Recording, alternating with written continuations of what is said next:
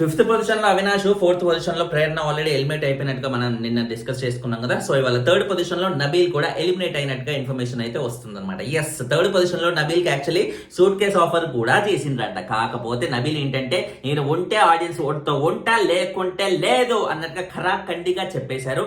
చాలా సేపు big boss వాళ్ళు ట్రై కూడా చేశారంట, వాళ్ళతో వీళ్ళతో చెప్పించి తీసుకో బాబు తీసుకో నాయన అన్నా కదా. మనోడైతే స్ట్రిక్ట్ గా నో అంటే నో, నేను ఉంటే ఆడియన్స్ ఓట్తోనే ఉంటా, ఆడియన్స్ వెళ్ళిపోమంటే వెళ్ళిపోతాంటారు కరాఖండిగా చెప్పేసేసరికి వేరే ఆప్షన్ లేక సరే వెళ్ళిపోతా అన్నావుగా వెళ్ళిపో అన్నట్టుగా థర్డ్ పొజిషన్ లో అయితే పంపించేశారు. ఓట్ల పరంగా ఎలాగో మనం ముందు నుంచి డిస్కస్ చేసుకుందే ఇది. సో బేసిక్ గా ఏంటంటే నబీల్ యాక్చువల్లీ మొన్న విష్ణుప్రియ ఎలిమినేట్ అయిన వీక్ లోనే బాటమ్ 2 దాంట్లో పార్టిసిపేట్ చేశాడు కదా. విష్ణుప్రియనా నబీలా వీళ్ళిద్దరిని అక్కడ నిలబెట్టినప్పుడు సో ఆబ్వియస్లీ బాటమ్ 2 లో పార్టిసిపేట్ చేశాడంటే ఓటింగ్ లేనట్టే కదా. ఓటింగ్ లేనప్పుడు నబీల్కి అట్లీస్ట్ అది ఆ హింట్ లాగా వచ్చింది కాబట్టి మేబీ సో ఆ హింట్ ని పట్టుకొని తను ఆ సూట్ కేసు తీసుకొని వెళ్ళి ఉండాల్సిందని నాకు ఎందుకు అనిపించింది. ఎందుకంటే యూట్యూబర్ అందులోనే ఇప్పుడు సినిమా తీయాలనుకుంటున్నాడు కాబట్టి మేబీ ఆ డబ్బు తనకి అలా యూజ్ అయ్యేదేమో. కానీ తను స్టిల్ ఆడియన్స్ ఫీలింగ్స్ కి, ఆడియన్స్ ఓట్స్ కి వాల్యూ ఇచ్చి తను తీసుకోకపోవడం అనేది దట్స్ ఏ వైస్ డెసిషన్ అనే అనాలనుకున్నా కూడా at the end of the day fans కూడా కోరుకుంటారు కదా, అదే నబీల్ అరే తీసుకోవాల్సింది మామ అన్నట్టుగా ఇప్పుడు ఫ్యాన్స్ కూడా అనుకుంటారు కదా. సో మేబీ ఫ్యాన్స్ ని ఆ విధంగా డిసప్పాయింట్ చేశారేమో అన్నట్టుగా ఒక యాంగిల్ లో చూసుకుని అరే మా నబీల్ వరంగల్ కా షేర్ రా, సూట్ కేసు ఆఫర్ ఇచ్చినా తీసుకోలేదు అరే అన్నట్టుగా వాళ్ళు గర్వంగా ఫీల్ అయ్యే ఫ్యాన్స్ ఉన్నా కూడా మరొక సైడ్ డెఫినెట్ గా తీసుకోవాల్సింది మంచిగా నీ సినిమాకి పనికొస్తుంది అన్నట్టుగా ఇంకా ఎక్కువ వెల్ విషర్స్ ఎవరైనా ఉంటే వాళ్ళు ఇలా కోరుకుంటారు అనమాట. So whatever it is Nabeel తీసుకోవాల్సిందని ఐ పర్సనలీ ఫెల్ట్, తన కెరియర్ కి బాగా యూజ్ అయ్యేదని. అండ్ ఇప్పుడు ఓవరాల్ గా చూసుకుంటే నబీల్ కూడా వెళ్ళిపోయాడు కాబట్టి నిఖిల్ అండ్ గౌతమ్ వీళ్ళిద్దరు మాత్రమే ఉన్నారు. వీళ్ళిద్దరి మధ్య విన్నర్ అండ్ రన్నర్ అనేది మనం ఉండబోతున్నారు. రామ్ చరణ్ వీళ్ళిద్దరి చేతులు పట్టుకొని ఒకరి చెయ్యి పైకి లిఫ్ట్ చేసి వాళ్ళ చేతిలోనే ట్రోఫీ పెట్టే అవకాశం ఉన్నట్టుగా మనకి తెలుస్తుంది. This is a very very very very wild గా, ఎందుకంటే ఇప్పుడు ఇద్దరు మాత్రమే ఉన్నారు, నిఖిల్ అండ్ గౌతమ్. వీళ్ళిద్దరిలో ఎవరో ఒకరు మాత్రమే ఆబ్వియస్లీ విన్నర్ అవుతారు. కానీ 6th సీజన్ లో జరిగినట్టు చాలా తికమక పెట్టే ప్రయత్నాలు అయితే చేస్తున్నారంట నాకు ఎందుకు అనిపిస్తుంది. ఎందుకంటే ఇద్దరికి చాలా దగ్గరగా మైన్యూట్ తేడా మాత్రమే ఉందంట ఓటింగ్ లో. అంత మైన్యూట్ తేడాతో ఓటింగ్ ఉన్నప్పుడు బిగ్ బాస్ వాళ్ళకి ఆ డెసిషన్ తీసుకునే అవకాశం అయితే ఉంటుంది, వాళ్ళిద్దరిలో ఒకరిని చూస్ చేసుకునే అవకాశం అయితే ఉంటుంది.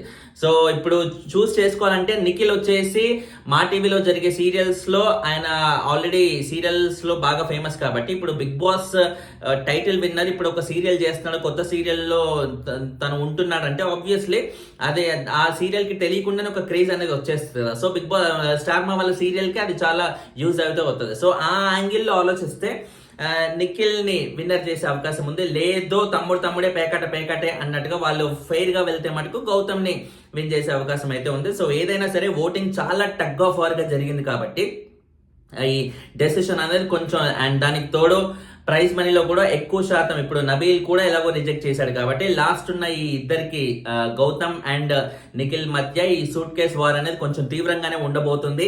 వీళ్ళిద్దరిలో ఎవరో ఒకరు ఖచ్చితంగా సూట్ కేసు తీసుకునే విధంగా బిగ్ బాస్ చాలా ప్రయత్నాలు అయితే చేస్తున్నాడు అనమాట.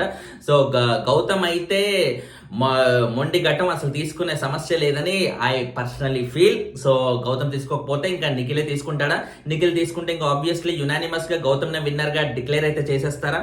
So let's wait and see. ఆ పరంగా జరిగే అవకాశం ఉన్నట్టుగా ఇన్సైడర్ అప్డేట్స్ అనమాట. సో బేసిక్ గా ఏంటంటే ఈసారి చాలా నెక్ టు నెక్ ఓటింగ్ జరగడం వల్ల ఈ కైండ్ ఆఫ్ కన్ఫ్యూజన్లు, ఈ కైండ్ ఆఫ్ డిస్టర్బెన్స్లు అన్ని వస్తున్నాయి అనమాట. బట్ ఏ డిస్టర్బెన్స్ వచ్చినా ఏం వచ్చినా కూడా at the end of the day ఒకరే విన్నరు, ఒకరే రన్నర్ అవుతారు. అండ్ ఆల్రెడీ లాస్ట్ ఇయర్ జరిగిన రచ్చ ఏదైతే ఉందో పల్లవి ప్రశాంత్ విషయంలో ఆయన విన్ అయ్యి బయటకు వచ్చే టైంకి ఎంత రచ్చ జరిగి అనుకున్న స్టూడియోస్ బయట ఆయన అట్లా అందరికి వేవ్ చేసుకుంటూ వెళ్ళడం వల్ల దాని వల్ల సిటీ బస్ల అద్దాల వల్ల కొట్టి అక్కడిక్కడ డిస్టర్బెన్స్ క్రియేట్ చేయడం వల్ల ఏమైంది, పల్లవి ప్రశాంత్ ఇమీడియట్ గా ఆయన విన్ అయిన ఆనందం కొంతసేపు ఉండకుండా ఇమీడియట్ గా నెక్స్ట్ డేనే జైల్లో కూర్చున్నాడు. సో అది కొంచెం డిస్టర్బెన్స్ అనేది క్రియేట్ చేసింది కాబట్టి. అండ్ దానికి తోడు రీసెంట్ గా అల్లు అర్జున్ ఇష్యూ మనం చూసాం కదా, సంజయ్ థియేటర్ లో ఎంత డిస్టర్బెన్సెస్ అనేది క్రియేట్ చేసిందో ఆ రోజు కూడా సేమ్ అల్లు అర్జున్ అలాగే ఫ్యాన్స్ కి వేవ్ చేస్తూ అలా డిస్టర్బెన్సెస్ క్రియేట్ చేయడం వల్ల తెలియకుండానే ఇప్పుడు ఆయనని రీసెంట్ గా ఒక నైట్ అంతా జైల్లోనే ఉంచాల్సి వచ్చిన పరిస్థితి అయితే వచ్చింది కదా. సో అలాంటి సిచ్యువేషన్స్ అనేవి మళ్ళీ రిపీట్ అవ్వకుండా తెలంగాణ పోలీస్ కూడా ఈసారి చాలా కట్టుదిట్టమైన చర్యలు అయితే తీసుకుంటున్నారు. మామూలుగా కాదు, బీభత్సమైన పోలీస్ ఫోర్స్ అనేది ఉందన్నమాట.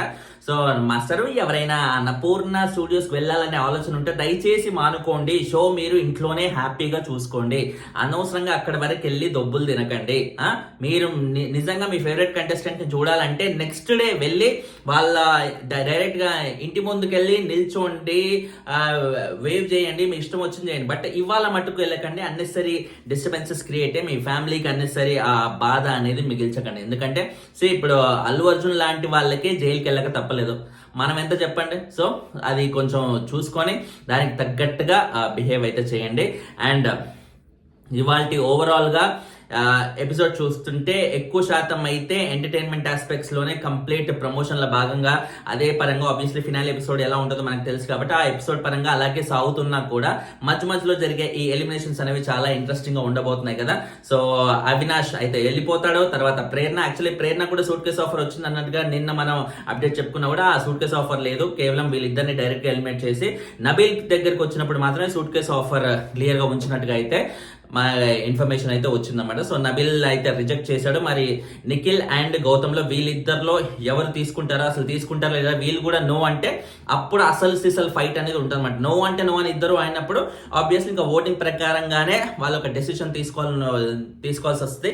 ఓటింగ్ ప్రకారంగా ప్రస్తుతానికి చూస్తే ఎడ్జ్ అనేది కొంచెం గౌతమ్కి ఉందని ఇన్ఫర్మేషన్ అయితే వస్తుందన్నమాట. సో గౌతమ్ కూడా డెఫినెట్లీ గౌతమ్ విన్ అయ్యే అవకాశం అయితే ఉంది.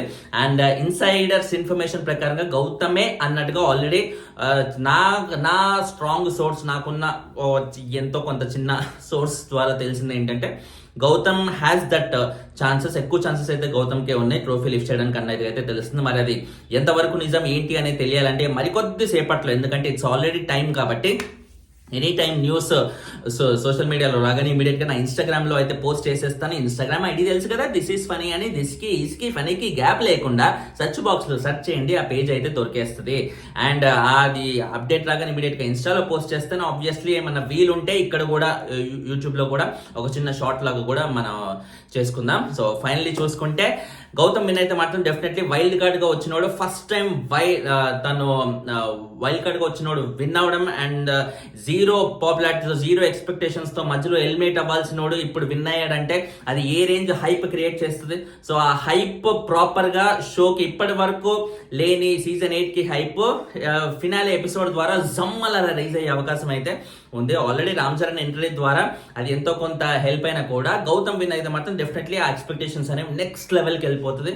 ఎందుకంటే ఏ పరంగా చూసుకున్నా కూడా గౌతమ్ ఈజ్ 1000% ఎలిజిబుల్. అటు బ్యాక్ పిచ్చింగ్ చేయడు అండ్ ఎక్స్ట్రీమ్ లెవెల్ కంటెంట్ ఇచ్చిన కంటెస్టెంట్, వైల్డ్ కార్డ్ గా వచ్చినా కూడా ఇంత దూరం వరకు రాగలిగిన వన్ అండ్ ఓన్లీ కంటెస్టెంట్.